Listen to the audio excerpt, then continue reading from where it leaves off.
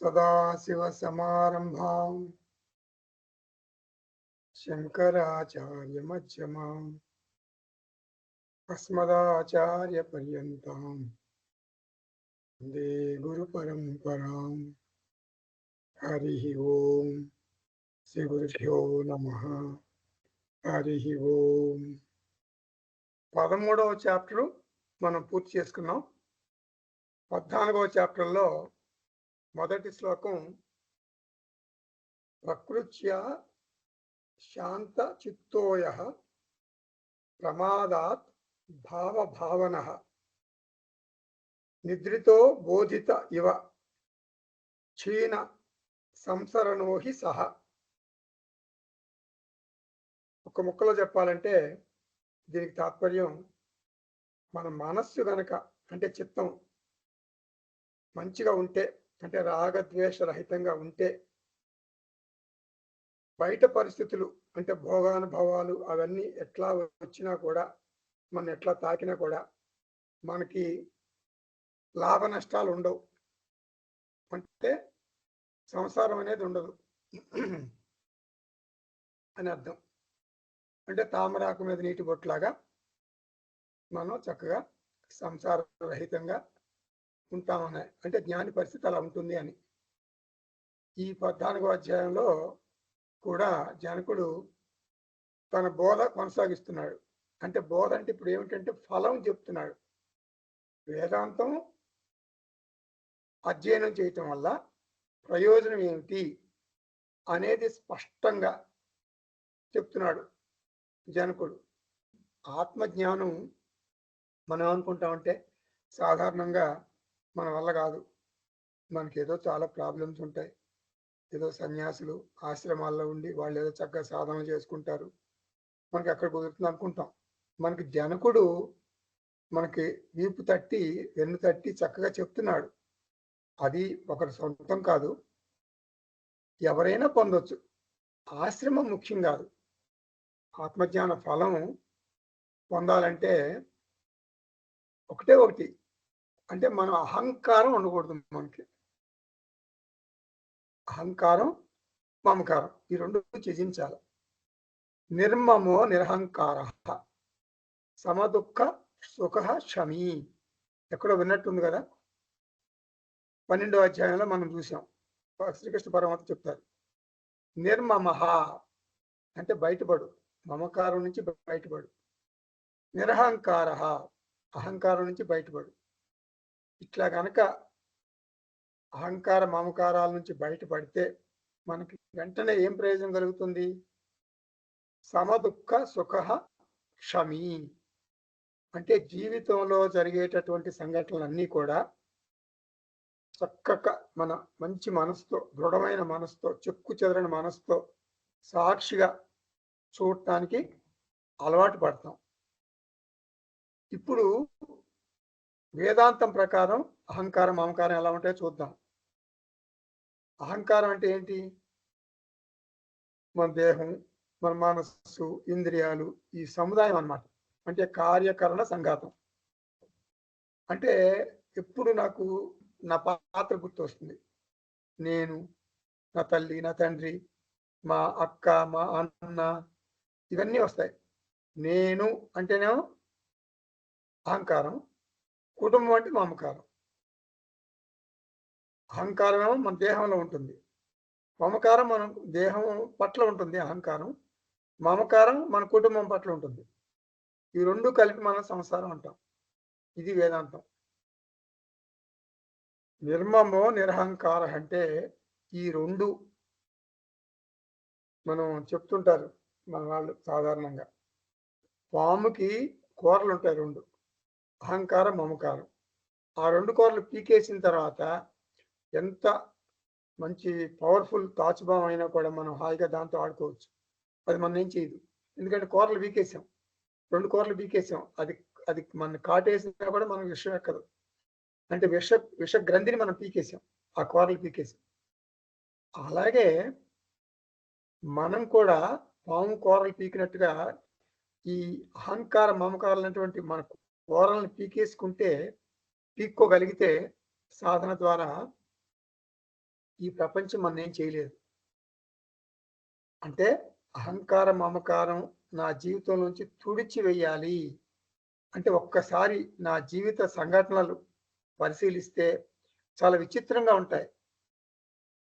నా జీవితం అంటే మీ జీవితం, మనందరి జీవితం. ఏంటంటే ఒక న్యూస్ పేపర్ చదువుతాం. ఆ న్యూస్ పేపర్‌లో ఒక న్యూస్ ఉంది. ఒక కొరియన్ విద్యార్థి అమెరికాలో ఒక చోట విచక్షణారహితంగా కాల్పులు జరిపాడు. చాలామంది అక్కడికక్కడే చనిపోయారు. ఆ చనిపోయిన వారిలో ఒక ఇండియన్ కూడా ఉన్నాడు. అతను యూనివర్సిటీలో ప్రొఫెసరు. ఇది ఒక న్యూస్ మనం చదివాం పేపర్‌లో. అది మనకి చదివిన తర్వాత ఆ ప్రొఫెసర్ అంటే మన ఇండియా వాడే ప్రొఫెసర్ చనిపోయాడు. ఆ ప్రొఫెసర్ పట్ల మనకేం అహంకార మమకారాలు లేవు. ఎవరో మనకు తెలీదు. ఇండియన్ అని తెలుసు అంతే. అది ఒక న్యూస్ ఐటెమ్ అన్నమాట. న్యూస్ ఐటెమ్‌గా భావించి చదివాం. అయ్యయ్యో! ఇలా జరిగిందా? మన ఇండియన్ ప్రొఫెసర్ చనిపోయాడు. అయ్యో పాపం అనుకుంటాం. పెద్ద 4 రోజుల్లో మర్చిపోతాం. అంటే ఇండియన్ ప్రొఫెసర్ మరణం మన మనస్సుని పెద్దగా గాయపరచలేదు. ఇదొక సంఘటన. అదొక న్యూస్ ఐటెమ్. అట్లాగే మిగిలిపోయింది. ఇది అంటే న్యూస్ ఐటెమ్ లాగా అయిపోయింది అంతే. అదే సంఘటన అయితే సంఘటనకి న్యూస్ ఐటెమ్‌కి తేడా ఉంది. సంఘటన అంటే మనకు జరుగుతుందన్నమాట. అంటే అహంకార మమకారాలకు బయట జరిగితే అది న్యూస్ ఐటెమ్. అహంకార మమకారాలు ఏమి ఉండవు మనకు వాళ్ళ మీద. అహంకార మమకారాలు లోపల జరిగితే అంటే మన ఇంట్లో గాని, మన ఫ్రెండ్స్‌కి గాని, మన వాళ్ళకి గాని, మన సర్కిల్‌లో జరిగితే అది బలమైన సంఘటన అయిపోతుంది. సంఘటన న్యూస్ ఐటెమ్. సంఘటన అంటే మనకు జరిగింది. మన సర్కిల్‌లో జరిగింది. న్యూస్ ఐటెమ్ అంటే ఎవరికో జరిగింది. ఎవరికో జరిగిందంటే మనం ఫీల్ అవుతాం. But okay. ఒక రోజు, 2 రోజుల్లో మర్చిపోతాం. ఇలా మనసుని గాయపరుస్తుంది సంఘటన అయితే. అహం మమలకు లోపల జరిగితే. అంటే నేను దుర్బలుణ్ణి. అహం మమ అంటే అహంకారం, మమకారం ఉన్నంత వరకు నేను బలహీనుణ్ణి. భవిష్యత్తు గురించి నాకు భయం ఉంది, ఆందోళన ఉంది. అహం మమ ఉంటే ఒత్తిడి ఉంటుంది. సంఘటనలు గుర్తుపెట్టుకోండి. సంఘటనలు ముందు అడ్వాన్స్ నోటీస్ ఇచ్చి జరగవు. హఠాత్తుగా అలా జరిగిపోతాయి. ఇప్పుడు మన ఇండియన్ ప్రొఫెసర్ కుటుంబం వారి కుటుంబం అమెరికాలో ఉంది. వాళ్ళ కుటుంబానికి ఏమో నోటీస్ రాలా అడ్వాన్స్‌గా. ఈయన ఇవాళ చనిపోతున్నాడు. ఒక కొరియన్ బాయ్ వాడు కాలుస్తాడని తెలీదు వాళ్ళకి. ప్రొఫెసర్ మంచిగా ఉన్నాడు. ఫ్యామిలీ మంచిగా ఉంది.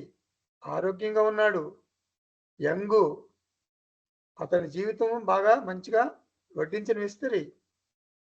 కానీ సడెన్‌గా ఈ సంఘటన జరిగింది. అహంకారం, మమకారం ఈ చక్రం ఉన్నంత వరకు ఎప్పుడైనా ఏ సంఘటన అయినా మనకు కూడా ఇలాగే జరగవచ్చు. నీకు ఒత్తిడి, ఆందోళన ఉన్నటువంటి అహంకార, మమకారం జీవితం కావాలా? లేదా అహంకార, మమకార రహిత జీవితం కావాలా? మనల్ని వేదాంతం సూటిగా ప్రశ్నిస్తుంది.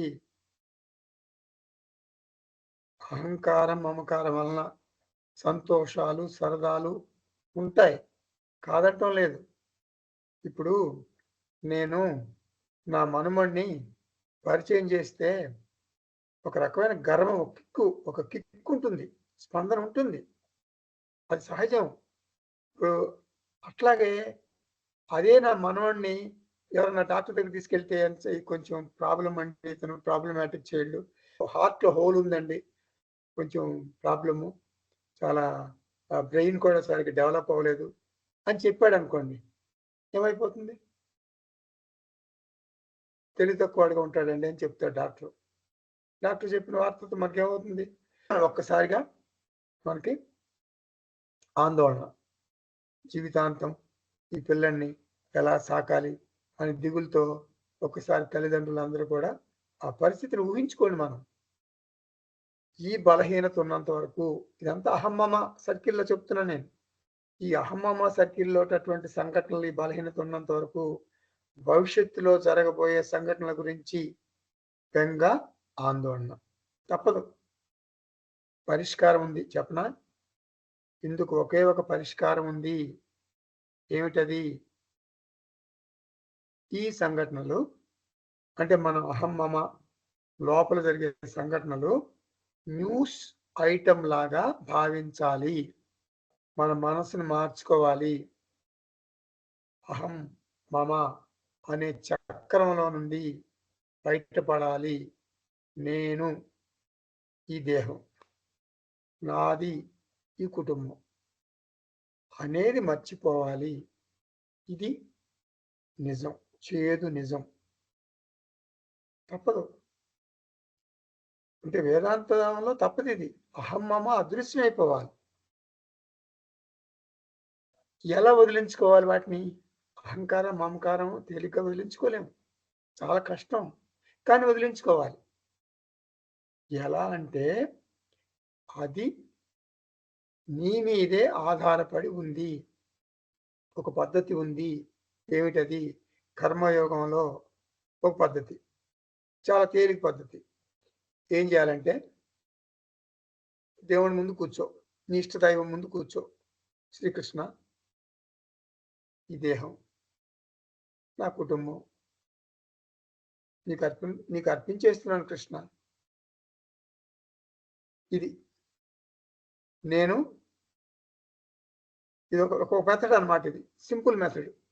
నేను నేనంటే అహంకారం ఈ దేహంలో ఉండకూడదు. నాది ఈ కుటుంబంలో ఉండకూడదు. అవి నీకే చెందుతాయి కృష్ణ. ఒక హారతి ఇచ్చి హారతికర్పూరం వెలిగించి తన్ను మన్ను ధన్ను సబ్బుకుచ్చి తేరా. తన్ను మన్ను ధన్ను సబ్బుకుచ్చి తేరా కృష్ణ. కృష్ణ నీకు ఇష్టదైవం కృష్ణుడు, నీకు ఇష్టదైవం శివుడు, శివుడైతే శివుడు, మాత అయితే మాత అమ్మవారు లలితామాత, నీకు ఇష్టదైవం హనుమంతుడు. ఎవరైతే నీ ఇష్టదైవాన్ని ముందు పెట్టుకుని అన్ను మన్ను ధన్ను సబ్కుచ్చి తేరా అని కొంచెం పూలేసి నక్షంతలేసి నీకు సమర్పించేస్తున్నాను. అంటే అహంకారాన్ని మమకారాన్ని నీకు ఇచ్చేస్తున్నాను, తీసేసుకో. అంటే నా దేహం ఇస్తున్నాను, నా ఇంద్రియాలను ఇస్తున్నాను, నా కుటుంబం ఇస్తున్నాను, అంతా అనాత్మ ఇస్తున్నాను. వ్యష్టి సమిష్టిలో ఒక భాగం, ఈశ్వర సృష్టిలో ఒక భాగం. కాబట్టి వీటన్నిటికీ ఓనర్ నువ్వే కృష్ణ. కాబట్టి ఈ సమస్యలు నువ్వు చూసుకో. అప్పుడు అహంకారం మమకారం నీకు ఇచ్చేస్తే కదా కృష్ణ, అప్పుడు నేనేం చేస్తాను? ఈ సంఘటనలన్నీ కూడా ఒక న్యూస్ ఐటమ్ లాగా మార్చుకుంటా. ఇది మోక్షం. ఇది ఒక నిర్వచనం. అంటే ఇది కర్మయోగం అన్నమాట. రిలీజియస్ లైఫ్లో మనం ఇట్లా చేయొచ్చు. ఇంకా మనం జ్ఞానయోగంలోకి రాలేదు. అప్పుడు ఏం చేస్తాము? న్యూస్ ఐటమ్ చదువుతాం, మైండ్లో ఉంటుంది, మనం బాధపడం. మైండ్ మెల్లగా మాయమైపోతుంది. మనసుని గాయపరచదు మామూలు న్యూస్ ఐటమ్ అయితే. ఇది కొరియన్ బాలుడు ఆ తుపాకీతో పేలిస్తే ఇండియన్ ప్రొఫెసర్ చనిపోయాడు కదా, మనం బాధపడలేదు. ఇప్పటికే చూపించాం అంతే, మర్చిపోయాం. ఇలా మనం కూడా మన ఇంట్లో జరిగే సంఘటనలు కూడా, మన సర్కిల్లో జరిగే సంఘటనలు కూడా ఇలా న్యూస్ ఐటమ్గా మార్చుకోగలుగుతాం. ఇది కర్మ యోగ ద్వారా మనం చేసేటటువంటిది. ఇది ఒక పద్ధతి అన్నమాట. దీన్ని ఫస్ట్ ఎయిడ్ అంటారు. ఫస్ట్ ఎయిడ్ చేయొచ్చు ఇట్లా. తను మన్ను ధన్ను సబ్బుకుచ్చి తేరా. తీసేసుకో. నువ్వే, యు ఆర్ ది ఓనర్. నీ ద్వారా నా శరీరం వచ్చింది, నీ ద్వారా నా కుటుంబం వచ్చింది, అంతా నీ ద్వారానే వచ్చింది. నువ్వే అంతా నువ్వే. రెండో పద్ధతి ఏమిటంటే ఇది జ్ఞానయోగంలోకి వచ్చే పద్ధతి. అంటే జ్ఞానం ద్వారా, ఆత్మజ్ఞానం ద్వారా నేను అసంగ ఆత్మ చైతన్యం అనుకోవాలి. నాకు ఈ దేహంతో కానీ, ఈ కుటుంబంతో కానీ సంబంధం లేదు.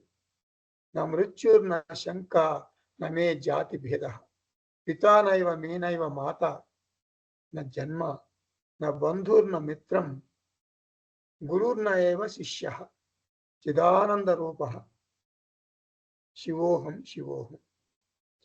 ఎదగాలి, పరిణితి చెందాలి, చిన్న నేను నుండి పెద్ద నేనుకు ఎదగాలి.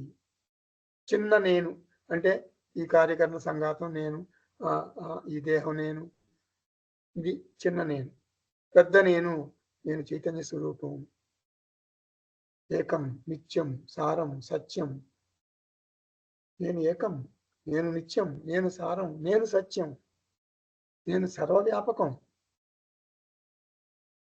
నేనే బ్రహ్మ, నేనే ఆత్మ. ఇది పెద్ద నేను.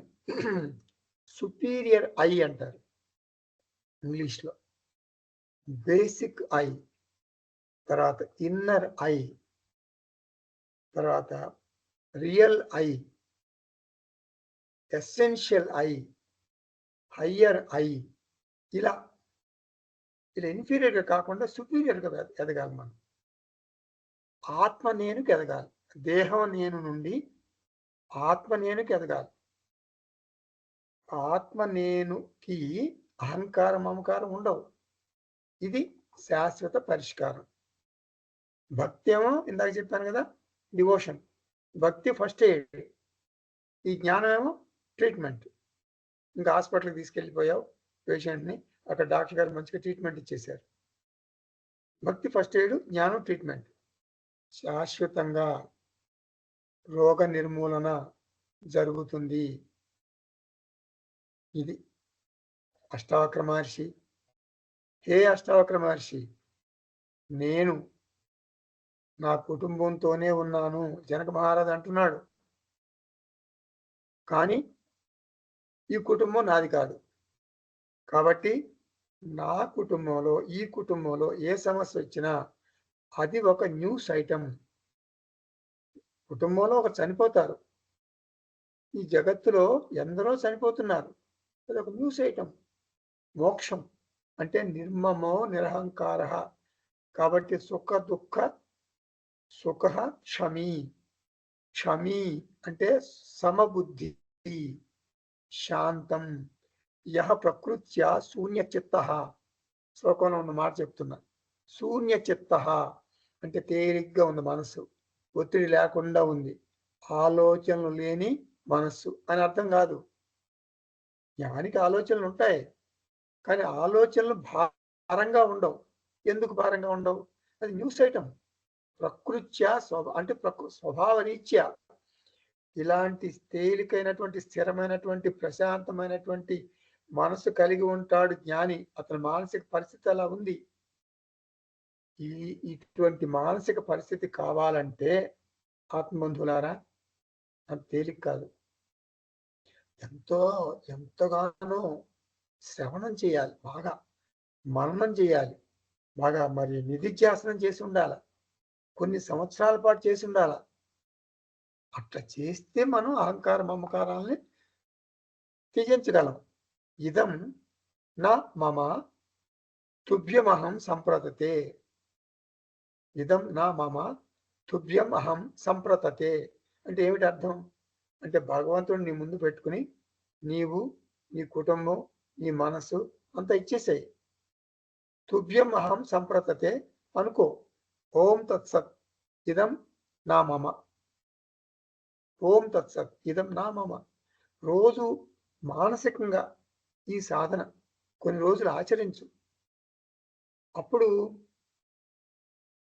నీ మనసు సహజంగానే స్వభావ సిద్ధంగా తేలికైపోతుంది.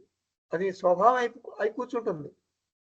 అంటే అహంకార మమకార భారం ఉండదు. అందువలన ప్రమాదాత్ భావన. ఈ సృష్టిలో జరిగేటటువంటి ప్రతి విషయాన్ని నేను చాలా తేలిగ్గా తీసుకుంటా. ప్రమాదాత్ అంటే మామూలుగా, సాధారణంగా, తేలిగ్గా అని అర్థం. ఒత్తిడి, ఆరాటం లేకుండా, అంటే మనసుకి ఒక గాయం అవ్వదన్నమాట. భావ భావ అంటే వస్తువులు, వ్యక్తులు, భావన అంటే ఆలోచనలు.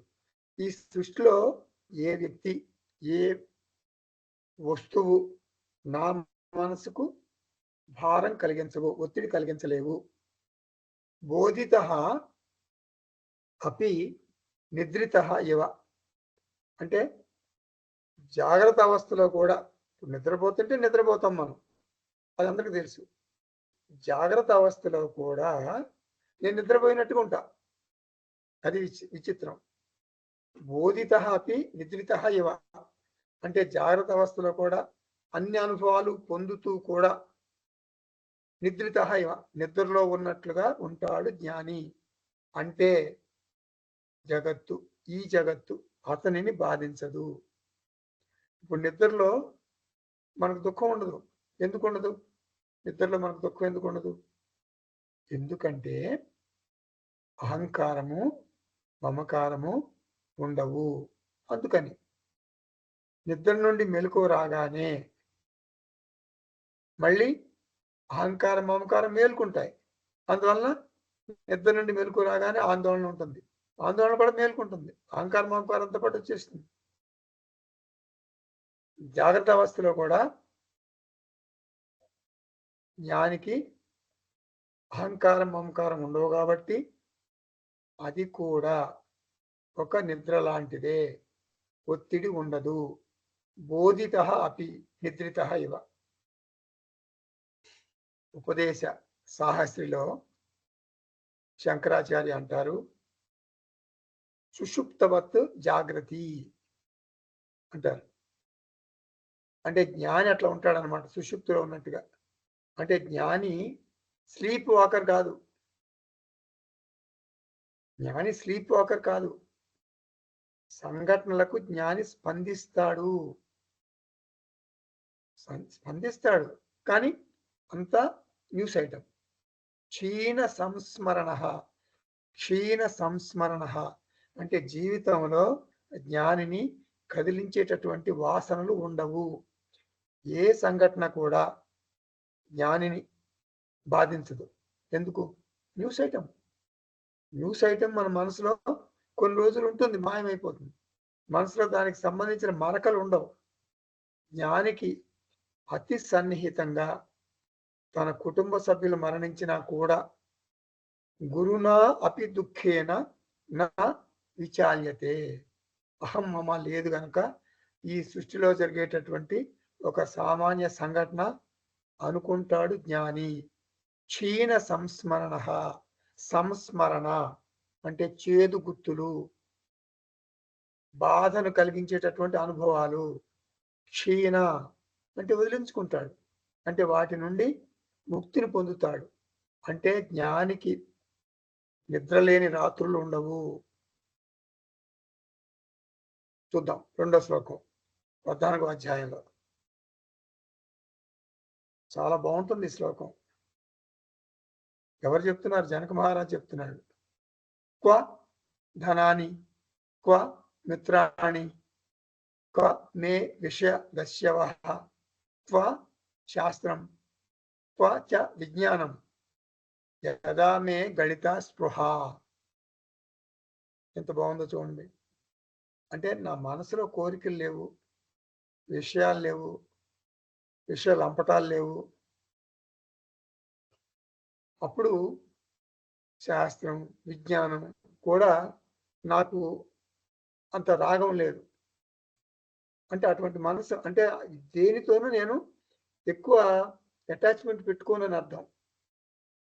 చూడండి, జనకుడికి తన ఆత్మజ్ఞానం మీద ఎంత స్పష్టత ఉందో చూడండి. అతను జనక మహారాజు ధైర్యంగా తన గురువైనటువంటి అష్టావకర మహర్షి ఎదురుగా నుంచుని నేను మే స్పృహ గళిత, మే స్పృహ గళిత అంటున్నాడు. ఎంత ధైర్యం కావాలండి అలా అంటానికి? అంటే ఎంత కన్విక్షన్ కావాలి. నాకు మహర్షి గురుగారు, నాకు అహంకార మమకారాలు లేవు. కాబట్టి నేను ఈ సృష్టిలో ఏ వస్తువుకి, ఏ వ్యక్తికి, ఏ సంఘటనకు చెల్లించను. కిందటి శ్లోకంలో ఏమన్నాడు? సహా అన్నాడు. అంటే అతడు ఎవరి గురించో చెప్పాడు. ఈ శ్లోకంలో ఏమంటున్నాడు? ఆ జ్ఞానిని నేనే. నేనే. ఎవరో కాదు, నేనే జ్ఞానిని అని జనక మహారాజు అంటున్నాడు. నాకు ఒత్తిడి లేదు, నాకు ఆరాటం లేదు, నాకు ఆందోళన లేదు. ఎవరైనా బాధల్లో ఉంటే నేను సహాయపడతా, కానీ వారి బాధలు చూసి నేను చెల్లించను. మే స్పృహ అంటే గళిత అంటే ఎలా? ఇప్పుడు కోరిక లేదు, కోరిక లేదని ఎట్లా తెలుస్తుంది మనకి? మన కోరిక లేదని ఎట్లా తెలుస్తుంది? అంటే మనసులో నిరంతరం ఏదో చేయాలనే తపన ఉంటుంది మనకి. ఎందుకు? అహమ్మమ ఉన్నాయి కాబట్టి. అదే గుర్తు. ఎప్పుడు ఏదో ఒకటి. జ్ఞాని ఏమంటాడు? ఈ సృష్టిలోని వస్తువులు భగవంతునికి చెందుతాయి. ఫస్ట్ ఎయిడ్ కదా ఇది. తర్వాత ఏమంటాడు? ఈ సృష్టి మిథ్య అంటాడు. అది జ్ఞానం. ఫస్ట్ ఎయిడ్ ఏమో ఈ వస్తువులన్నీ కూడా భగవంతునికి చెందుతాయి, కాబట్టి నాకు అహంకారం మమకారం లేదు. లాస్ట్ ఎయిడ్ ఏమిటి? సృష్టి మిథ్య అంటే జ్ఞానం. కాబట్టి మిథ్య అంటే అది ఉన్నా కూడా లేనట్లే. మేలుకున్న వ్యక్తి, ఇప్పుడు మన స్వప్నం వచ్చింది, మేలుకున్నాం. మేలుకున్న తర్వాత ఏం చేస్తాం? స్వప్న ప్రపంచాన్ని మిథ్యగా తోసిపుచ్చుతాం. అలాగే పారమార్థిక స్థాయిలో ఉన్నటువంటి నాకు ఇప్పుడు ఈ జాగ్రత్త అవస్థ ఉంది కదా, ఇప్పుడు జాగ్రత్త ప్రపంచాన్ని చూస్తున్నాం కదా, కొంచెం ఎత్తుకు ఎదిగి పరిణితి చెందిన తర్వాత ఆత్మస్థితికి ఎదిగితే, అంటే పారమార్థిక స్థాయికి ఎదిగితే, పారమార్థిక స్థాయిలో ఉన్నటువంటి నాకు, పారమార్థిక స్థాయి అంటే నేనే ఆత్మను అనుకోవటం, నేనే బ్రహ్మను అనుకోవటం, అహం బ్రహ్మాస్మి స్థాయి. ఈ జగత్తులోని సంఘటనలన్నీ కూడా మిథ్య. అందువలన నాకు అహం మమ లేవు. క్వా ధనాని? చెప్పండి, క్వా ధనాని? నాకు ధనం ఎక్కడుంది? నాకు ధనం లేదు, భగవంతుడికి ఇచ్చేసాను. జనక మహారాజు, జనక మహారాజు ధనం లేదా? మహా చక్రవర్తి కదా, ధనం ఉంది, అది నీదే, నాది కాదు. ఏదో ప్రారంభవశాత్తు నా దగ్గర ఉంది, అది నువ్వు ఇచ్చింది, అది అది నీదే అని భగవంతుడు చెప్తున్నాడు అనమాట. కో ధనాన్ని, నాకు ధనం ఎక్కడుంది? అది భగవంతుడికి ఇచ్చేసాను మానసికంగా. ఒకవేళ నా వద్ద ధనం ఉంటే నేను దానికి ట్రస్టీ, ఒక ట్రస్టీ అనుకుంటా. నేను ధనాన్ని జాగ్రత్తగా వేస్ట్ చేయను, ధనాన్ని జాగ్రత్తగా శ్రద్ధగా ట్రస్ట్ అవసరాలకి వినియోగిస్తా. మా తర్వాత నేను ఈ దేహానికి, మరి నా కుటుంబానికి ఓ ట్రస్టీ మాత్రమే. నేను ట్రస్టీని, నేను ఓనర్ని కాదు. ధనాన్ని, ధనం ఎక్కడుంది? మిత్రాన్ని, మిత్రులు ఎక్కడ? బంధువులు మిత్రులు నా వారు కాదు, వారు భగవంతునికి చెందిన వారు. వాళ్ళు ఈ సృష్టిలో ప్రారంభం ఉన్నంత వరకు ఉంటారు. నా కుటుంబం, మిత్రులు, బంధువులు అందరూ కూడా వాళ్ళ ప్రారంధాన్ని బట్టి పుట్టారు, ప్రారంభం ఉన్నంత వరకు ఉంటారు. నేను ఈ మధ్యలో వారితో వ్యవహారం చేస్తా, అంతేగాని వారి మీద నాకు ఓనర్షిప్ లేదు, వారితో నాకు భావోద్వేగ పరమైనటువంటి రాగం లేదు. అయితే ఒక ప్రశ్న వేస్తారు మీరు, నాకు తెలుసు, మరి నాకు భద్రత ఎక్కడి నుంచి వస్తుంది? ఎక్కడి నుంచి వస్తుంది భద్రత? నాకు నా నుండే భద్రత వస్తుంది, నాకు నా నుండే భద్రత వస్తుంది. ఇది ఒక భావన. నాకు భద్రత అవసరం లేదు, నేను భద్రత, నేనే భద్రత కలిగినటువంటి ఆత్మస్వరూపాన్ని. శాంతి, భద్రత, ఆనందం నా నుంచే వస్తున్నాయి. కుటుంబం మీద భద్రత కోసం ఆధారపడకూడదు. ఎవరి మీద ఆధారపడాలి? భగవంతుని మీద ఆధారపడాలి. అది ఫస్ట్ ఎయిడ్. ఆత్మ మీద ఆధారపడటం అది జ్ఞానం, అంటే సెల్ఫ్ డిపెండెన్స్. ఫస్ట్ ఏమో భగవంతుని మీద ఆధారపడతాం, అది గాడ్ డిపెండెన్స్. కొంచెం పరిణితి చెందితే, వేదాంత అధ్యయనం చక్కగా అర్థం చేసుకుంటే, జ్ఞానయోగానికి వస్తే సెల్ఫ్ డిపెండెన్స్, ఆత్మ మీద ఆధారపడతాం. ఇది ఫైనల్ సొల్యూషన్ అన్నమాట. ఇక్కడ ఒక చిన్న కిటుకు ఏమిటంటే, ఇతరులు నీ మీద ఆధారపడితే పడవచ్చు, అది వేరే విషయం. అది నీ సమస్య కాదు. మనం మన గురించి మాట్లాడుకుంటున్నాం. ఇతరులు నీ మీద ఆధారపడితే ఆధారపడవచ్చు, అది వారి సమస్య, వారు పరిష్కరించుకుంటారు. నేను వారి మీద ఆధారపడను, ఇది వేదాంతం. కాబట్టి క్వ మిత్రాణి, మిత్రులు ఎవరు, బంధువులు ఎవరు? ఎవరు నా వారు కాదు. క్వ మే విషయదస్యవః, నాకు ఎవరు శత్రువులు లేరు. అంటే విషయ వస్తువులు. తస్య అంటే దొంగ అని అర్థం. విషయ వస్తువుల్ని దొంగలను ఎందుకు అంటున్నారు? విషయ వస్తువుల్ని దొంగలను ఎందుకు అంటున్నారు? ఎందుకంటే ఇదివరకు కూడా మనం చెప్పుకున్నాం, ఇది చాలా జాగ్రత్తగా అర్థం చేసుకోవాలి. విషయ వస్తువులు నా మనశ్శాంతిని హరిస్తాయి. ఎలా హరిస్తాయి అంటే రాగద్వేషాలు కలిగిస్తాయి. రాగద్వేషాలు కలిగిస్తేనే అంటాం అది. ఇప్పుడు నా జేబులో పెన్ను, ఈ పెన్ను ఉంది. ఈ పెన్ను అంటే నాకు చాలా ఇష్టం. ఈ పెన్నుతో పరీక్షలు రాసి 10th క్లాసు 5 సార్లు రాశాను పరీక్షలు. అంటే 5 సార్లు ఫెయిల్ అయ్యాను. ఇది జోక్, నిజం అనుకోవద్దు. సో ఒక రకమైన సెంటిమెంట్ పెట్టుకున్నాను. ఈ పెన్ అంటే నాకు చాలా ఇష్టం. ఈ పెన్ను ఉంటే నేను చక్కగా ఏదైనా మంచిగా నాకు కలిసి వస్తుంది బాగా అని సెంటిమెంట్ పెట్టుకున్నాను. ఇది రాగం. అదే నాకు ఈ పెన్ను అంటే ద్వేషం ఉందనుకోండి, రాగం ఉంటే ఈ పెన్ను ఎప్పుడు నాతోనే ఉండాలి, పోకూడదు అనుకుంటా. ద్వేషం ఉందనుకోండి, ఈ పెన్ను దూరంగా ఉండాలనుకుంటాను ఎప్పుడు. సో ఇప్పుడు మనకు అర్థం కావాల్సింది ఏమిటంటే, ఈ పెన్ను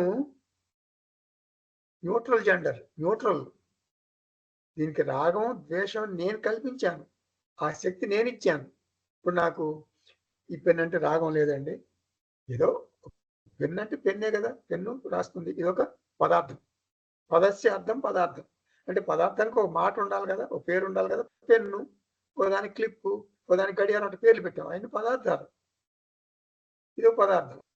నాకు రాగం లేదు, ద్వేషం లేదు అని మీకు ఇచ్చాను అనుకోండి, అంటే నేను జ్ఞాని, నాకు పెన్ను మీద మమకారం లేదు అని చెప్పడం కోసం మీకు ఇచ్చేసాను. కావాలంటే తీసుకోండి, నాకేం లేదు, నాకు మమకారం లేదు, కావాలంటే తీసుకోండి.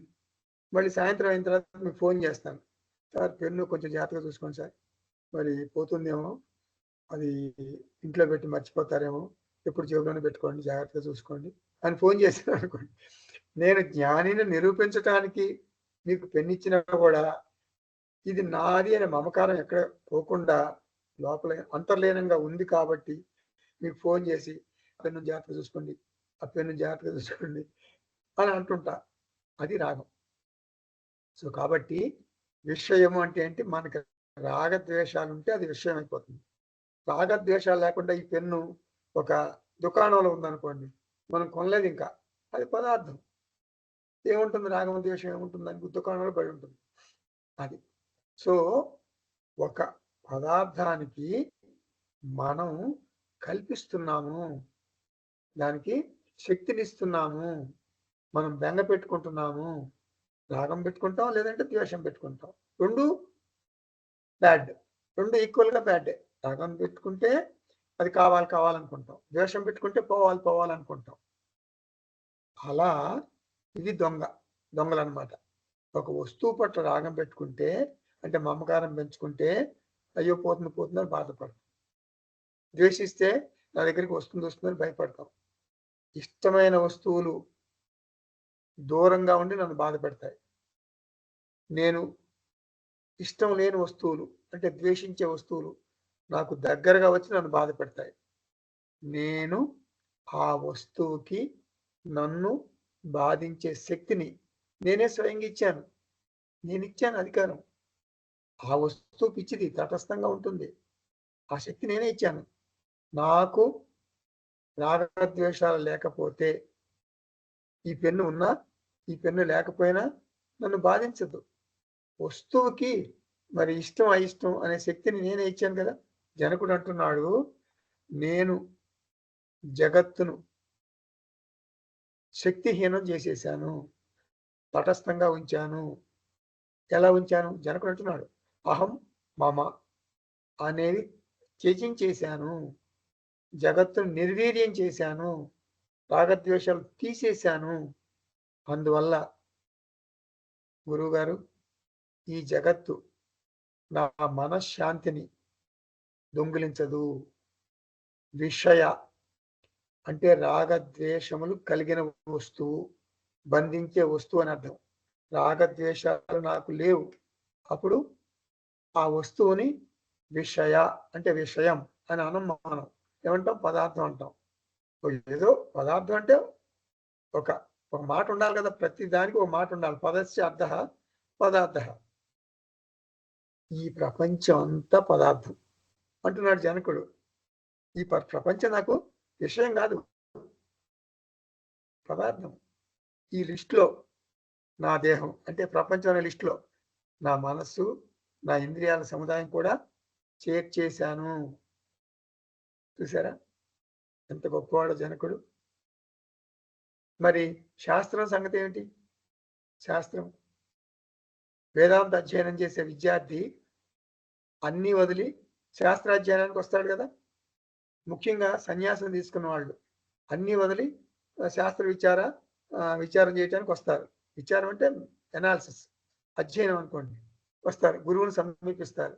శాస్త్ర అధ్యయనం తర్వాత గురువు ఉండకపోవచ్చు, గురువు కూడా నిర్వాణం చెందొచ్చు, దేహం చాలించవచ్చు. శాస్త్రం ఎక్కడికి పోతుంది? శాస్త్రం ఉంటుంది కదా. శాస్త్రం గురువు వెళ్ళిపోయినా కూడా శాస్త్రం ఒక బంధం అయిపోతుంది శిష్యునికి. కాబట్టి శాస్త్రాన్ని కూడా వదిలేయాలి. శాస్త్రాన్ని కూడా మనం వదిలేయాలి అంటే పని అయిపోయిన తర్వాత, ముందర వదలటం కాదు. సాధారణంగా మనకి ఎవరికన్నా మనం బుక్ ఇచ్చామనుకోండి, అంటే మన గ్రంథం, మంచి గ్రంథం ఇస్తే అది వెనక్కి రాదు. ఎవరెక్కడైనా ఏమైనా పుస్తకం ఇస్తే వాళ్ళు ఎవరు, ఇంకా మనకి ఎవరనుకునే ఇచ్చేయాలి. అప్పుడప్పుడు ఈ సన్యాసుల దగ్గర, మరి పెద్ద పెద్ద గొప్ప స్వామీజీల దగ్గర అక్కడ కొన్ని మంచి పుస్తకాలు ఉంటాయి, అమూల్యమైన గ్రంథాలు ఉంటాయి, అసలు ప్రింట్ చేయలేం కాటి. అటువంటి సనాతన గ్రంథాలు ఉంటాయి వాళ్ళ దగ్గర. అది ఎవరికో శిష్యుడు తీసుకెళ్ళి ఇవ్వడు, ఇంకా వాడు శిష్యుడు. ఆ శిష్యుడు తిరిగి ఇవ్వలేదనే బెంగ ఎవరికి? శ్రోత్రియ బ్రహ్మనిష్ట అయినటువంటి గురువు గారికి. అయ్యయ్యో, ఆ పుస్తకం తిరిగి నాకు ఇవ్వలేదు, దానికి ప్రింట్ కూడా లేదు, ఇంకా ప్రింట్ అవ్వదు, అటువంటి అమూల్యమైనటువంటి బుక్ ఇచ్చేశాను, వీడు ఇవ్వలేదు అని గురువు బాధపడతాడు. శ్రోత్రియ బ్రహ్మనిష్ట అయిన గురువు అట్లా బాధపడితే అది కూడా సంసారం అంటుంది శాస్త్రం. కాబట్టి నువ్వు దేని మీద ఆధారపడకూడదు. జనకుడు ఏమంటున్నాడు? నేను గురువుగారు శాస్త్రం గురించి కూడా నాకు రాగం లేదు, శాస్త్రం కూడా ఒక పదార్థం నా దృష్టిలో అంటాడు జనకుడు. వా శాస్త్రం, వా శాస్త్రం, శాస్త్రం కూడా మిథ్య. మన దశశ్లోకిలో ఆదిశంకరాచార్య అంటారు, శాస్త్ర వాసన అనే బంధం కూడా నాకు లేదు. క్వ చ విజ్ఞానం. మరి జ్ఞానం సంగతి ఏమిటి? ఆత్మ జ్ఞానం, దాని సంగతి ఏంటి? అది సత్యమా మిథ్య? ఇది ఒక ప్రశ్న. చాలా మందికి అనుమానం వస్తుంది. మరి ఆత్మజ్ఞానం ఏం చేయాలి? మరి ఆత్మజ్ఞానం వచ్చింది, ఏం చేయాలి? ఉంచుకోవాలా, వదిలేయాలా? జ్ఞానం వినండి జాగ్రత్తగా. ఆత్మజ్ఞానం ఆత్మ అజ్ఞానాన్ని తొలగిస్తుంది. ఆత్మజ్ఞానము ఆత్మ అజ్ఞానాన్ని తొలగిస్తుంది. ఆ తర్వాత జ్ఞానం కూడా మిథ్యలాగా వదిలేయాలి. జ్ఞానవర్జితాన్ అజ్ఞానహీన చిత్ జ్ఞానమస్తికిం జ్ఞాతుమంతరం అంటారు రమణ మహర్షి ఉపదేశసారంలో. జ్ఞానాన్ని వదిలేయాలి, పని అయిపోయింది. నిజామాబాద్లో బస్సు దిగావు, కూర్చుంటా, బాగుంది ఏసీ బస్సు అని, కండక్టర్ చాలా మంచిగా ఉన్నాడు, బస్సు బాగుంది, ఏసీ బస్సు, అని కూర్చుంటావా? నిజామాబాద్ వచ్చిన తర్వాత కూర్చో, దిగిపోతావు, అయిపోయింది, పర్పస్ సర్వ్ అయిపోయింది. కాబట్టి నా ఆత్మజ్ఞానం వదిలింది, ఆత్మజ్ఞానం వచ్చింది, నిత్యలాగా వదిలేయాలి. ఇంకా జ్ఞానాన్ని కూడా వదిలేయాలి. నేను జ్ఞానానికి అజ్ఞానానికి అతీతంగా ఎదిగాను, అధిగమించాను, పరిణితి చెందాను. మీకు మీకు అర్థం కావాలంటే ఒక మాట చెప్తా. మీకు ఒక శారీరక రుగ్మత వచ్చింది అంటే అంటే మీకు ఏదో జబ్బు చేసింది అనుకోండి. జబ్బు చేస్తే ఏం చేస్తారు? యాంటీబయాటిక్ వాడతారు. డాక్టర్ గారు యాంటీబయాటిక్ చెప్తే యాంటీబయాటిక్ మందులు వేసుకుంటారు, తగ్గిపోయింది జబ్బు. కానీ ఆ యాంటీబయాటిక్ మందులు చాలా చాలా బాగా పనిచేసినాయండి. నాకు చాలా చాలా బాగా పనిచేసినాయి. ఏం చేయాలి మరి? వదులుకోను, నేను దాన్ని వదులుకోవడం నాకు ఇష్టం లేదు. ఒక రకమైన అటాచ్మెంట్ పెట్టుకున్నా యాంటీబయాటిక్ మందులతో. అని ఒక పని చేస్తాను డాక్టర్ గారు, రోజు 5 మాత్రలు వేసుకుంటా. రోజు ఒక 5 చాక్లెట్ లాగా తినేస్తా. ఎందుకంటే మంచి కదా డాక్టర్ గారు, నాకు బాగా పనిచేసింది అని అంటారా? డాక్టర్ గారు ఒప్పుకుంటాడా? అనరు. నీ శారీరక రుగ్మత, నీ జబ్బు తగ్గిపోయింది నాయన, యాంటీబయాటిక్ కోర్స్ అయిపోయింది, ఇంకా నో మోర్ యాంటీబయాటిక్స్ వేసుకోవద్దు. ఇంకా జీవితాంతం వేసుకుంటాము మందులు? వేసుకోం. మందు మంచిదే, చాలా మంచిది. రోగం తగ్గిన తర్వాత ఆ మందు యొక్క అవసరం లేదు. అదే విధంగా అజ్ఞాన నిర్మూలన జరిగిన తర్వాత, అజ్ఞాన నిర్మూలనకి జ్ఞానం కావాలి. అజ్ఞాన నిర్మూలన కావాల్సిందే జ్ఞానం. అజ్ఞాన నిర్మూలన జరిగిన తర్వాత జ్ఞానంతో పని లేదు. అది వ్యావహారికం, అది మిథ్య అవుతుంది. కాబట్టి విజ్ఞానం అది ప్రమాతకు సంబంధించింది, ఆత్మకు కాదు. నేను ప్రమాత కాదు, నేను ఆత్మని. అహం మమ నాకు లేవు, అవి నేను త్యజించాను. 3వ శ్లోకం చూద్దాం. 14వ అధ్యాయంలో 3వ శ్లోకం. విజ్ఞాతే సాక్షి పురుషే పరమాత్మని చేశ్వరే నైరాశ్యే బంధ మోక్షే చ న చింత ముక్తయే మమ. సర్వసాక్షి, సర్వసాక్షి, నేను సర్వసాక్షి అని గ్రహించా. అందుకని నాకేంటి బంధాలు లేవు, మోక్షాలు లేవు. అంటే భ్రాంతి లేదు, శాంతంగా ఉదాసీనంగా ఉన్నా అంతే. జనకుడు చెప్తున్నాడు తన ముక్తి గురించి. ఏం చెప్తున్నాడు జనకుడు? సాక్షి పురుషే పరమాత్మని ఈశ్వరే విజ్ఞాతే. నేను సాక్షి పురుషుణ్ణి అనేటటువంటి జ్ఞానం పొందాను, జీవ ఈశ్వర ఐక్య జ్ఞానం పొందాను, జీవాత్మ పరమాత్మ ఐక్య జ్ఞానం పొందాను. ఈ జ్ఞానం వల్ల నైరాశ్యే బంధ మోక్షేచ, అంటే బంధం లేదు, బంధ నివృత్తి, ఈ రెండు మిథ్య అని తెలిసింది. అందుకని నాకు రాగం లేదు, వాటి పట్ల రాగం లేదు. నైరాశ్యం అంటే తీవ్ర ముముక్షత్వం లేదు. అంటే నేను పులికి దూరంగా పరిగెడుతున్నాను, ఎక్కడ కల్లో నిద్ర లేచాను, పులి లేదు, నేను పరుగు పెట్టాల్సిన అవసరం కూడా లేదు. అలాగే నా ఉన్నత స్థితి పారమార్థిక స్థితి అని తెలిస్తే నాకు ఇంకా ముక్తి ఎందుకు? ముక్తి అవసరం లేదు. నాకు అర్థమైపోయింది. ఏమని అర్థమైపోయింది? ముక్తిని పొందటానికి అసలు అక్కడ బంధమే లేదని తెలిసింది. పులి ఉంటే నేను పరుగు పెట్టా, కళ. పులి ఉంది, పరుగు పెట్టాను, నిద్ర లేచాను. పులి లేదు, పరుగు పెట్టాల్సిన అవసరం లేదు. అలాగే నాకు అజ్ఞానం ఉంటే జ్ఞానం కావాలి. జ్ఞానం, ఆత్మజ్ఞానం వచ్చింది, అజ్ఞానం పోయింది, నా పని అయిపోయింది, బాధ కథం. అంటే నాకు బంధం లేదని తెలిసింది. ఇంకా ముక్తి ఏమిటి? బంధం లేదని తెలిస్తే ఆత్మజ్ఞానం వల్ల నాకు బంధమే లేదని తెలిసింది. నిజానికి గుర్తుపెట్టుకోండి, ఒక మంచి విషయం చెప్తున్నాను నేను ఇప్పుడు మీకు. నిజానికి ఆత్మబంధువులారా, నిజానికి జ్ఞానం వల్ల మోక్షం రాదు. జ్ఞానం వల్ల మోక్షం రాదు. జ్ఞానం వలన ఒక విషయం స్పష్టంగా అర్థమవుతుంది. ఏమిటి? నాకు అసలు బంధం లేదు. నాకు బంధం లేదని అర్థమవుతుంది. ముక్తిని పొందాలంటే నాకు బంధం లేదు. ఇలా అర్థం చేసుకోవటాన్ని మోక్షం అంటారు. నాకు అసలు బంధమే లేదు. నాకు మోక్షం కొత్తగా పొందవలసిన పని లేదు అని జనకుడు అంటున్నాడు. ముక్తయే చింత మమ నాస్తి. కాబట్టి నాకు మోక్షం పొందాలని ఆరాటం లేదు గురువుగారు. అందని ద్రాక్ష పళ్ళు పులుపు అని అనుకుంటున్నారా గురువుగారు? అట్లా కాదు. నేను అలా చెప్పడం లేదు.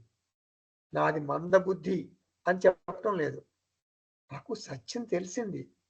అందుకని మోక్షం కావాలనే ఆరాటం తగ్గింది అని చెప్తున్నాడు గురువుగారితో జనకుడు. 4వ శ్లోకం చూద్దాం. 14వ అధ్యాయంలో అంతర్వికల్ప శూన్యస్య బహిః స్వచ్ఛందచారిణః భ్రాంతస్యేవద శాస్తాతాః తాదృశ ఏవ జానతే. అంటే మనసు అంటే అంతఃకరణ చక్కగా స్వచ్ఛంగా ఉంటే బహిరంగంగా బాలకుని వలె స్వేచ్ఛగా విహరిస్తాడు జ్ఞాని. అంటే భ్రమలు ఉండవు. వ్యవహారం చేస్తాడు కానీ భ్రమలంటే ఏం కోరికలు ఉండవు. అటువంటి స్థితి ఆ జ్ఞాని యొక్క స్థితి మరొక జ్ఞానికి తెలుస్తుంది. నా జీవితం అంతా ఒక లీల, ఒక ఆట, ఒక వినోదం. నాకు ఏమి లక్ష్యాలు లేవు, గమ్యాలు లేవు, గోల్స్ లేవు. నేను వివాదాలకు దూరంగా ఉంటాను. No conflict. సాధనం, సాధ్యం వాటి గురించి నాకు స్పష్టత ఉంది. వికల్ప అంటే వివాదాలు అన్నమాట. అంటే నాకు ధర్మ, అర్థ, కామ, మోక్ష ఏం కావాలి? నాకేం అవసరం లేదు. అటువంటి ప్రణాళికలు, పథకాలు నాకేం లేవు. అంటే మీకు బాగా అర్థం అవ్వాలంటే ఒక ఉదాహరణ చెప్తాను. మీరు ఓ పని మీద వెళ్ళారు ఢిల్లీ. చాలా కష్టపడి ఫ్లైట్లో ఢిల్లీ వెళ్ళారు ఓ పని మీద. మీరు అక్కడికి వెళ్ళిన తర్వాత చాలా చాలా కష్టపడాల్సి వస్తుంది అనుకున్నారు ఆ పని గురించి. కానీ మీకు ఉదయం 7 గంటలకు పని అయిపోయింది. అక్కడికి వెళ్ళారు, ఒక అరగంటలో పని అయిపోయింది. మార్నింగ్ 7కి అయిపోయింది పని. ఢిల్లీలో ఉన్నారు మీరు. మీ ఫ్లైటు మళ్ళీ రాత్రికి ఉంది. మళ్ళీ రాత్రి ఫ్లైట్ ఎక్కాలి. ఉదయం 7, రాత్రికి 8కి ఫ్లైట్ ఉంది మీకు. అంటే మార్నింగ్ 7 నుంచి ఈవినింగ్ 8 దాకా ఏం చేస్తారు మీరు? మీకేం పని లేదు కదా, పని అయిపోయింది కదా. ఆ ఢిల్లీ సిటీలో ఏమీ లేదు, ఇంక ప్రణాళిక అంటూ ఉండదు. స్ట్రిక్ట్ ప్రణాళిక ఉండదు. ఏం చేస్తారు? ఎవరో తెలిసిన వాళ్ళు ఉంటే వాళ్ళ ఇంటికి వెళ్తారు, లేదా టెంపుల్కి వెళ్తారు, లేదా సినిమాకి వెళ్తారు. ఏదో ఒక రకంగా ఒక ప్రణాళిక లేకుండా టైం పాస్ చేస్తారు. ఆత్మబంధువులారా, జ్ఞానికి జీవితం అంతా ఇలాగే ఉంటుంది. జీవితం ఉంటుంది, ఎజెండా ఉండదు. తనకు ప్రణాళికలే ఉండవు. ఎందుకు? నేను కొత్తగా పొందవలసింది ఏం లేదు. వచ్చిన పని అయిపోయింది. జ్ఞానం పొందాను. మీరు ఢిల్లీ వెళ్ళిన పని అయిపోయింది. Time pass. అలాగే నేను జ్ఞానం పొందాను. నా జీవితం ఇంకా ఉంది. ఏదో పని చేస్తాను. అదొక లీలలాగా చేస్తా. అదొక ఆటలాగా చేస్తా. అంతః వికల్ప శూన్య. ప్రాధాన్యతలు ఉండవు. అంటే ప్రయారిటీసే ఉండవు. నాకు ఇంకా వివాదాలు ఉండవు. స్వచ్ఛందచారిణ. తేలిగ్గా ఉంటాను నేను. అటు ఇటు తిరుగుతా తేలిగ్గా. సర్వ సంకల్ప సన్యాసి అని శ్రీకృష్ణుడు మనకు భగవద్గీతలో అంటాడు. అంటే బయట నుండి చూసేవారికి జ్ఞాని భ్రాంత అలా అనిపిస్తాడు. భ్రాంత అంటే పిచ్చివాడు. భ్రాంత అనిపిస్తాడు. ఎందుకంటే పిచ్చివాడికి మాత్రమే గమ్యం, లక్ష్యం అట్లాంటి ప్రణాళికలు ఉండవు. జ్ఞాని పిచ్చివాడితో సమానం. ఉన్మత్త. ఇప్పటికి కూడా గుర్తుపెట్టుకోండి. చాలామంది జ్ఞానుల్ని, సన్యాసుల్ని పిచ్చివాళ్ళని అనుకుంటారు చాలామంది లోకం. వాళ్ళకి అర్థం కాదు. చెప్తారు మన వాళ్ళు చాలామంది. ఒరేయ్! నువ్వు వేదాంత క్లాసులకి వెళ్ళొద్దురా. ఆయన ఎవరో చెప్తున్నారు కదా! వెళ్ళొద్దు. ఆయన పిచ్చివాడు. నిన్ను కూడా పిచ్చివాడిని చేసేస్తాడు. ఆయనకేదో పిచ్చి పట్టుకుంది, వేదాంతం పిచ్చి. నువ్వు వాళ్ళ క్లాసులకెళ్తే నువ్వు కూడా పిచ్చివాడైపోతావు. వద్దు ప్లీజ్. నీకు పిచ్చెక్కుతుంది అని చాలామంది మనకు బ్రేకులేస్తారు. ఆటంకాలు కలిగిస్తారు సాధారణ ప్రజలు. భ్రాంతస్య ఇవ, పిచ్చివాని వలె. అదే అంటే సీరియస్ ఎజెండా ఉండదు జ్ఞానికి. మరి జ్ఞాని యొక్క మానసిక పరిస్థితి ఎవరికి అర్థమవుతుంది చెప్పండి? జ్ఞాని మానసిక పరిస్థితి మరొక జ్ఞాని మాత్రమే అర్థం చేసుకోగలడు అంటున్నాడు జనకుడు. అజ్ఞానికి జ్ఞాని ప్రవర్తన అంతుబట్టదు. అందుకే కదా మనం చాలా మంది పిచ్చివాళ్ళు అనుకుంటారు. ఇదే పిచ్చి పట్టుకుంది, వేదాంత పిచ్చి పట్టుకుంది, ఆ ఉపనిషత్తు అని, ఈ ఉపనిషత్తు అని, అదని ఇదని వింటుంటారు అని తెలియని వాళ్ళు, ఈ ఫీల్డ్లో లేని వాళ్ళు మన గురించి అలా అనుకుంటారు. తాదృశాహ ఏవ జానతే. జ్ఞానిని జ్ఞానే గుర్తించగలడు. నీవు తమాషాగా ఉంటుంది అనమాట. ఒక జ్ఞానిని ఇంటర్వ్యూ చేస్తే మీకు ఆశ్రమం పెట్టుకోవాలని ఉందా అండి అని అడుగుతారు జ్ఞానిని. పెట్టుకుంటానండి ఆశ్రమం, ఓకే ప్రారంభిస్తానంటాడు జ్ఞాని. మరి ఆశ్రమం ఏదన్నా ప్రాబ్లమ్స్ వస్తే బంద్ చేస్తారండి? అవునండి బంద్ చేస్తానండి, ఆశ్రమాన్ని బంద్ చేస్తాను. సమస్యలు వస్తే బంద్ చేస్తాం కదా, చేస్తాను. అంటే విదేశాలకు వెళ్తారా సార్ మీరు? అవును వెళ్తానండి, విదేశాలకు వెళ్తాను. విదేశాలకు వెళ్ళరా? వెళ్ళనండి అంటాడు. అదేంటి సార్, అసలు మీ పాలసీ ఏమిటి? ఏంటి మీ పాలసీ? నాకు అసలు ఏం పాలసీ లేదండి, నాకేం పాలసీ లేదండి అంటాడు జ్ఞాని. ఇది జనాలకు అర్థం కాదు. జనాలకు అర్థం కాదు ఇది. వాళ్ళకి ఏంటంటే జనాలకు రూల్స్ కావాలి, బ్లాక్ అండ్ వైట్ రూల్స్ కావాలి. జ్ఞాని ఆ రూల్స్కి అతీతుడు. ఆత్మజ్ఞాని ఆ రూల్స్కి అతీతుడు. జనక మహారాజుకు రూల్స్ లేవు, అష్టావక్ర మహర్షికి రూల్స్ లేవు. రూల్స్కి అతీతులు వాళ్ళు. ఆత్మజ్ఞాని అటువంటి ఇన్హిబిషన్స్ ఏమి ఉండవు, ఎజెండా అంటూ ఉండదు వాళ్ళకి. ఎందుకంటే వచ్చిన పని అయిపోయింది, ఆత్మజ్ఞానం పొందేశారు. అయితే పిచ్చి పనులు చేస్తూ కూర్చుంటారా అనుకోవద్దు. పిచ్చి పనులు చేయరు. ధర్మబద్ధంగా వారి స్వభావాన్ని బట్టి లోకానికి హితం కలిగించేటటువంటి కార్యాలు మాత్రమే చేస్తారు. ఇప్పుడు రమణ మహర్షి ఆశ్రమంలో అందరూ ఆశ్చర్యపోయేవాళ్ళు. ఒకళ్ళు ఎవరో దూరం నుంచి వచ్చి రమణ మహర్షి మట్టి పేడ పట్టుకుని అక్కడ ఏదో అరుగు కట్టుకుంటున్నాడు.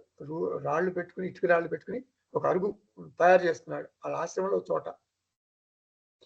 వీళ్ళు రమణ మహర్షిని అడిగారు, ఏమండి గురువు గారు, రమణ మహర్షి గారు ఉంటారు కదా, ఎక్కడ ఉంటారండి, చెప్తారా అంటే, లోపలికి వెళ్ళి అడగండి అంటాడు. లోపలికి వెళ్ళి అడగండి అంటాడు. రమణ మహర్షిని అడుగుతారు వాళ్ళు. ఆయన ఏం చేస్తున్నాడు రమణ మహర్షి? ఈ పేడ మట్టి కట్టి ఒక అరుగు కడుతున్నాడు. మరి ఆశ్రమానికి గురువు గారు కడతాడా మట్టితో అట్లా? No rules. వచ్చిన పని అయిపోయింది రమణ మహర్షికి. అప్పుడప్పుడు రమణ మహర్షి కిచెన్లోకి వెళ్ళి కూరగాయ ముక్కలు కోసేవాళ్ళు, వంకాయ ముక్కలు తరిగి వేసేవాళ్ళు, కూరగాయలు ముక్కలు కోసి పులుసు అయి తయారు చేసేవాళ్ళు. ఎందుకు అంటే గురువు గారు, ఆశ్రమానికి గురువు గారు ఎంత ప్రెస్టీజియస్గా కుర్చీలో కదలకుండా కూర్చోవాలి కదా ఫ్యాన్ కింద. మరి కిచెన్లోకి వెళ్ళి వంకాయ ముక్కలు కోస్తారా? కోసేవాడు. ఆయనకు ఒక ఎజెండా లేదు. మంచిగా అంటే గిరి ప్రదక్షిణ చేసేవారు చక్కగా. అలా ఉంటుంది ధ్యాన ప్రవర్తన. ఓం తత్సత్. సర్వం శ్రీకృష్ణార్పణమస్తు. ఓం తత్సత్. సర్వం శ్రీకృష్ణార్పణమస్తు. ఓం పూర్ణమదః పూర్ణమిదం పూర్ణాత్ పూర్ణముదచ్యతే పూర్ణస్య పూర్ణమాదాయ పూర్ణమేవావశిష్యతే. ఓం శాంతి శాంతి శాంతి. హరి ఓం. శ్రీ గురుభ్యో నమః. హరి ఓం.